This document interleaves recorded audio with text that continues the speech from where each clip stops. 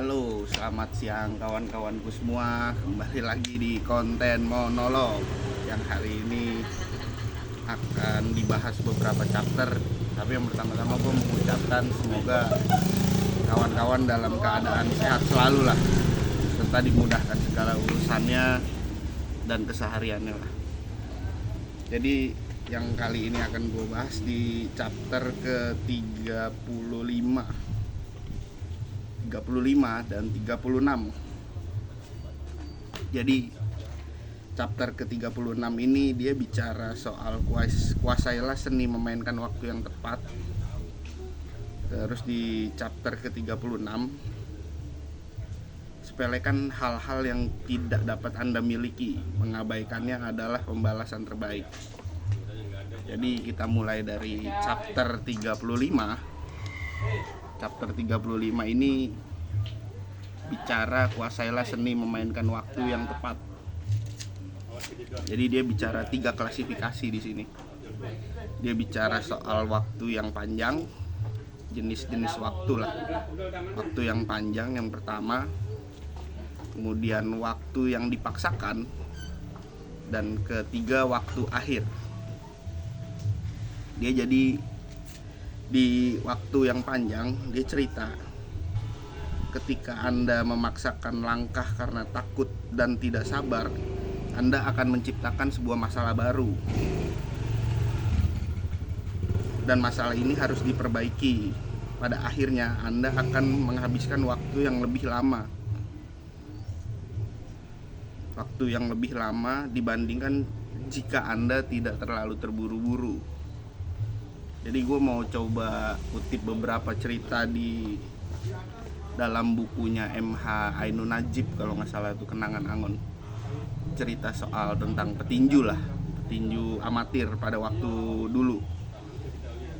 Dia cerita tentang McGregor. Tapi jangan ngeliat McGregor dari segi pro Israel lah ya. Kita melihat ceritanya McGregor ketika waktu masih amatir. Dia itu ketika ikut kontestasi dunia, dia juga bertanya-tanya, ini gimana ini cara mengalahkan petinju-petinju kelas dunia yang profesional sementara dia masih amatir. Tapi dia di situ punya cara atau siasat dan upaya lah. Ternyata untuk menjatuhkan petinju-petinju yang hebat, dia itu membaca 3 kondisi. Salah satunya adalah momentum. Karena di sini dia lihat kalau McGregor head to head secara kekuatan, ya McGregor mungkin kalah dengan petinju profesional yang sudah mendunia ini. Cuma siasat yang dia mainkan itu dia adalah mengulur waktu.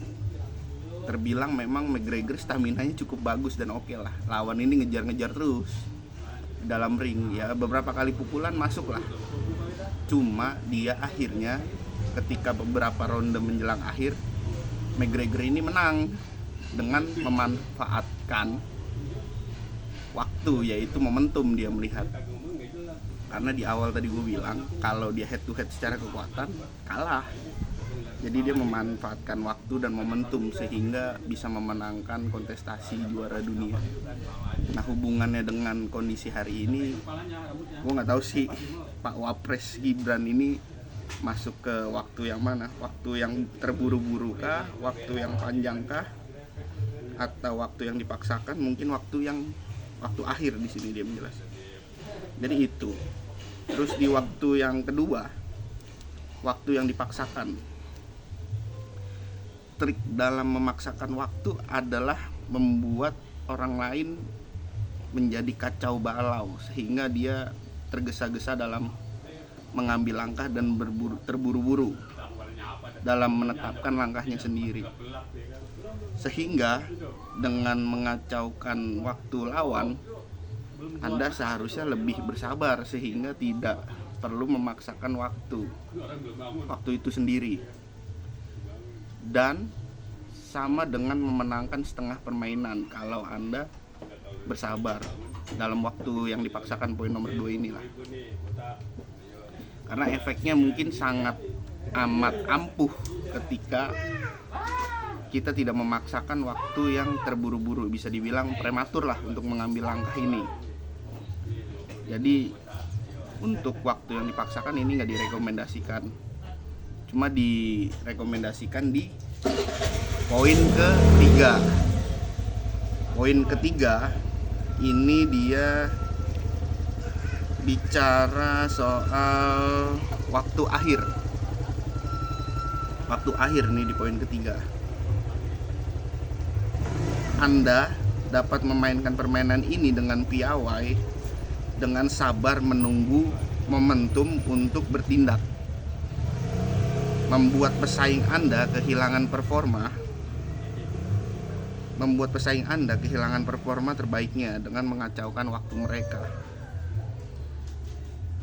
Namun, kesabaran tidak ada gunanya kecuali dipadukan dengan kesediaan untuk menjatuhkan lawan. Dengan waktu akhir ini, ketika kawan-kawan sudah melihat sebuah peluang, tipsnya di sini adalah habisi sehabis-habisnya. Gunakan waktu yang sudah Anda tunggu selama berhari-hari, berbulan-bulan, bertahun-tahun untuk menghabiskan secepat mungkin. Jangan diberikan sela untuk lawan bangkit lah. Gunakan kecepatan untuk melumpuhkan lawan sangat segera. Jadi itu. Terus ada Napoleon cerita di sini. Ruang bisa kita pulihkan, waktu yang tidak bisa kita benarkan atau perbaikilah. Ini pandangannya Napoleon Bonaparte pada tahun 1769 sampai 1821. Ruang bisa kita pulihkan, waktu tidak akan pernah bisa dipulihkan. Jadi itu. Dia gambarannya nih di terakhir ini seperti elang. Elang ini kan kalau memburu mangsa dia selalu memutar-mutari udara lah, monitor area-area sekitar. Dia tanpa lelah mengitari langit di bawah terik matahari. Ya walaupun memang jenuh, tapi inilah adalah cara terbaik elang untuk menaklukkan lawan-lawannya. Dengan penglihatan tajam dia memonitor dalam jangkauan radarnya. Makhluk-makhluk yang ada di bawahnya tidak menyadari kalau dia sedang dilacak. Tiba-tiba begitu waktunya tiba, elang akan menukik ke bawah, menghantam lawannya dengan kecepatan penuh yang tidak dapat bisa dihalau atau dilawan, sehingga musuhnya masuk ke dalam cengkraman cakar itu sendiri dan menariknya ke angkasa. Jadi itu. Ini ada terakhir pandangan dari Julius Caesar, William Shakespeare. Dia urusan manusia mengalami pasang dan surut yang membawa pada air bah, mendatangkan keberuntungan dan kadang mendatangkan bencana. Terikat dalam kedangkalan adalah kesengsaraan. Julius Caesar, William Shakespeare pada tahun 1564 sampai 1616. Itu yang bisa gue sampaikan di chapter ke-35, dan ini di chapter ke-36. Cukup menarik ini di chapter ke-36. Judulnya sepelekan hal-hal yang tidak dapat Anda miliki. Mengabaikannya adalah pembalasan terbaik. Di prolog awalnya dia bicara mengakui keberadaan adalah masalah sepele. Mengakui keberadaan adalah masalah sepele. Anda justru membiarkannya terus ada dan memberinya kredibilitas. Semakin banyak perhatian yang Anda berikan pada musuh, Anda membuatnya semakin kuat. Dan masalah kecil seringkali menjadi buruk dan lebih runyam ketika saat Anda mencoba untuk memperbaikinya. Semakin sedikit minat yang Anda ungkapkan, maka Anda semakin sedikit lebih unggul. Itu prolog awalnya. Kemudian ada beberapa cerita di sini. Anda mungkin perlu memunggungi apa yang Anda inginkan, menunjukkan penghinaan dan dipandang sebelah mata. Respon kuat seperti inilah yang membuat target Anda menggila. Mereka akan merespon dengan hasrat mereka sendiri secara alam bawah sadar. Mereka yakin bahwa Anda tidak ada apa-apanya di mata mereka. Nah, dari sini nih, kalau udah dapet pandangan-pandangan seperti ini, kita lebih enak bergerak. Sehingga nggak dicurigai kita kalau bergerak ke sana sini. Cuma dengan catatan tidak terbaca oleh gerak-gerik lawan lah. Jadi ini ada beberapa cerita juga dari Raja Louis ke-14. Jadi Raja Louis ke-14 ini cerita, dia bicara, seorang raja kalau sudah tidak menyukai Anda tidak akan dianggap dalam radar kompasnya atau dalam pandangannya lah, istilah katanya begitu. Jadi dia bisa saja menyingkirkan kawan-kawan dengan mudah. Raja Louis XIV menceritakan beberapa dinamika interaksi. Dia memainkan kartu penghinaan secara berkala dan menunjukkan kepada orang-orang bahwa Anda dapat terus berjalan tanpa mereka. Itu pandangan Raja Louis. Jika memilih untuk mengabaikan, mengingatkan kekuatan Anda, maka pendekatan sebaliknya adalah komitmen yang memiliki keterlibatan dan seringkali dapat melemahkan Anda. Ini sebenarnya cukup bahaya nih. Bahaya kedua, dia menjelaskan jika Anda berhasil menghilangkan penyebab gangguan atau bahkan sekedar melukainya, Anda dapat menciptakan simpati pada pihak-pihak yang lebih lemah. Jangan tergoda dengan kesalahan-kesalahan kecil sehingga hal itu tidak mengganggu Anda. Tapi terkadang memang lebih politis lagi, Anda dipaksa untuk terdistraksi lah dengan hal-hal kecil, padahal itu nggak penting dan harus diabaikan. Jadi di sini ada dua cara dia menjelaskan. Cara pertama, dia menggambarkannya seperti anggur asam. Jika ada hal yang Anda inginkan tetapi Anda tidak dapat miliki, hal terburuknya yang Anda dapat lakukan adalah menarik perhatian pada kekecewaan Anda dengan mengeluhkannya.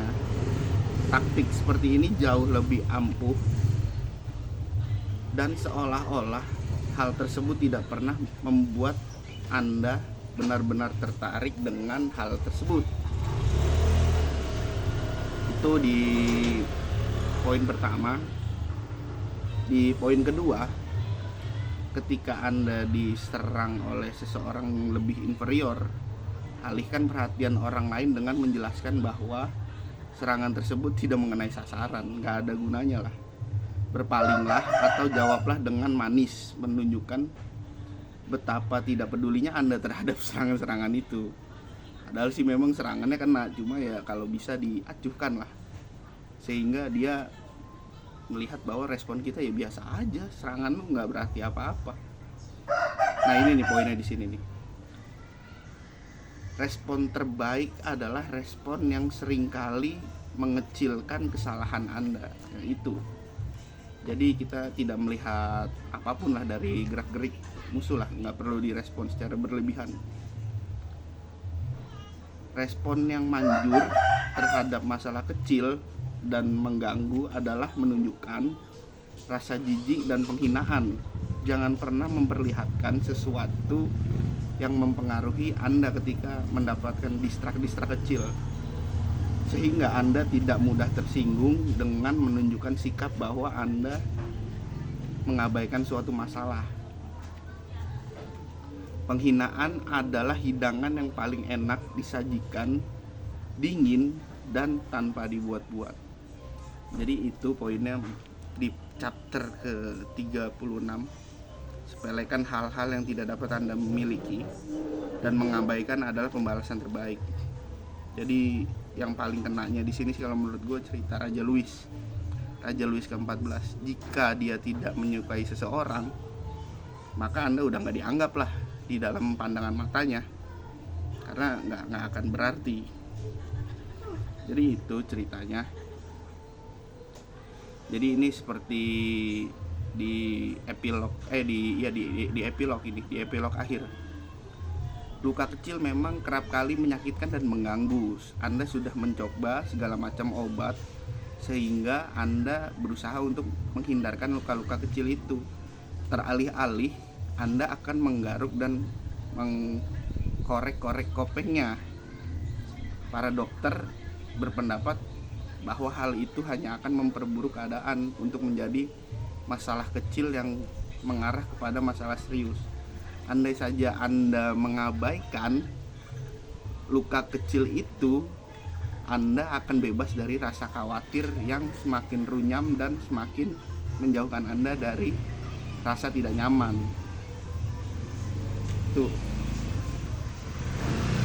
Kemudian ada di epilog akhirnya. Epilog akhirnya ini Baltasar Gracian pada tahun 1601 sampai 1658. Ketahuilah cara memainkan kartu penghinaan. Ini adalah bentuk balas dendam yang paling politis, karena banyak di antaranya yang seharusnya tidak kita perhatikan jika lawan-lawan yang muncul tidak memperhatikannya. Tidak ada balas dendam yang lebih baik daripada keterlupaan, sebab itu berarti menguburkan hal-hal yang tidak layak dalam debu adalah ketiadaan mereka sendiri. Baltasar Gracian. Mungkin itu beberapa poin yang bisa gue sampaikan. Gue secara pribadi sangat terbuka lah dalam diskusi tentang soal apapun. Gue gak menutup diri, terkhusus mungkin untuk buku-buku ini, karena buku-buku ini mengajarkan taktis dan siasat dengan memanfaatkan ruang dan waktu. Mungkin itu yang bisa gue sampaikan kepada teman-teman. Selamat beraktivitas dan semoga urusan kawan-kawan selalu dilancarkan, selalu dimudahkan, dipanjangkan rezekinya, disehatkan. Mungkin itu yang bisa gue sampaikan. Nantikan konten-konten berikutnya di chapter berikutnya, di chapter-chapter selanjutnya, soal tentang buku ini, 40 Law of Power, karya Robert Greene. Thank you semuanya. Gua pamit undur diri, kurang lebihnya mohon maaf. Nun kolami wa mayaskurun billahi fisabilil haq wastabiqul khairat. Assalamualaikum warahmatullahi wabarakatuh. Thank you semuanya. Bye.